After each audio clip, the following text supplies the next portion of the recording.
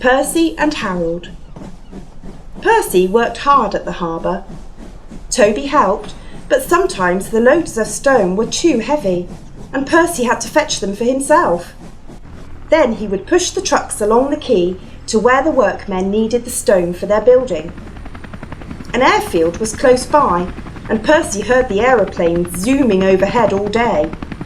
The noisiest of all was a helicopter which hovered, buzzing like an angry bee. "Stupid thing," said Percy. "Why can't it go and buzz somewhere else?" One day, Percy stopped near the airfield. The helicopter was standing quite close. "Hello," said Percy. "Who are you?" "I'm Harold. Who are you?" "I'm Percy. What whirly great arms you've got." "They're nice arms," said Harold, offended. "I can hover like a bird. Don't you wish you could hover?" "Certainly not. I like my rails, thank you." "I think railways are slow," said Harold in a bored voice. "They're not much use and quite out of date." He whirled his arms and buzzed away. Percy found Toby at the top station arranging trucks. "I say, Toby," he burst out. "That Harold, that stuck-up whirlybird thing, says I'm slow and out of date. Just let him wait. I'll show him." He collected his trucks and started off, still fuming. Soon, above the clatter of the trucks, they heard a familiar buzzing. "Percy," whispered his driver. "There's Harold. He's not far ahead. Let's race him."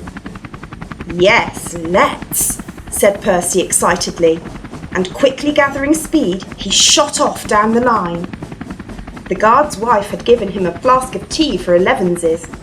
He had just poured out a cup when the van lurched and he spilt it down his uniform. He wiped up the mess with his handkerchief and staggered to the front platform. Percy was pounding along. The trucks screamed and swayed while the van rolled and pitched like a ship at sea. "Well, I'll be ding-dong-damned," said the guard. Then he saw Harold buzzing alongside and understood. "Go for it, Percy!" he yelled. "You're gaining!" Percy had never been allowed to run fast before. He was having the time of his life. "Hurry, hurry, hurry!" he panted to the trucks. We don't want to, they grumbled, but it was no use. Percy was bucketing along with flying wheels, and Harold was high and alongside. The fireman shovelled for dear life, while the driver was so excited he could hardly keep still. "Well done, Percy!" he shouted. "We're gaining! We're going ahead! Oh, good boy! Good boy!" Far ahead, a distant signal warned them that the wharf was near. "Shut off steam, whistle, beep, beep, beep, brakes, guard, please." Using Percy's brakes too, the driver carefully checked the train's headlong speed. They rolled under the main line and halted smoothly on the wharf. "Oh dear," groaned Percy. "I'm sure we've lost." The fireman scrambled to the cab roof. "We've won! We've won!" he shouted, and nearly fell off in his excitement. "Harold's still hovering. He's looking for a place to land." "Listen, boys," the fireman called. "Here's a song for Percy."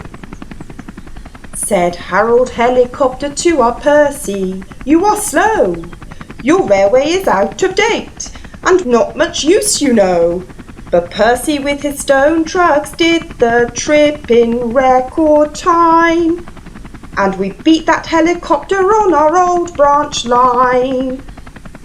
The driver and guard soon caught up the tune, and so did the workmen on the quay. Percy loved it. "Oh, thank you," he said. He liked the last line best of all.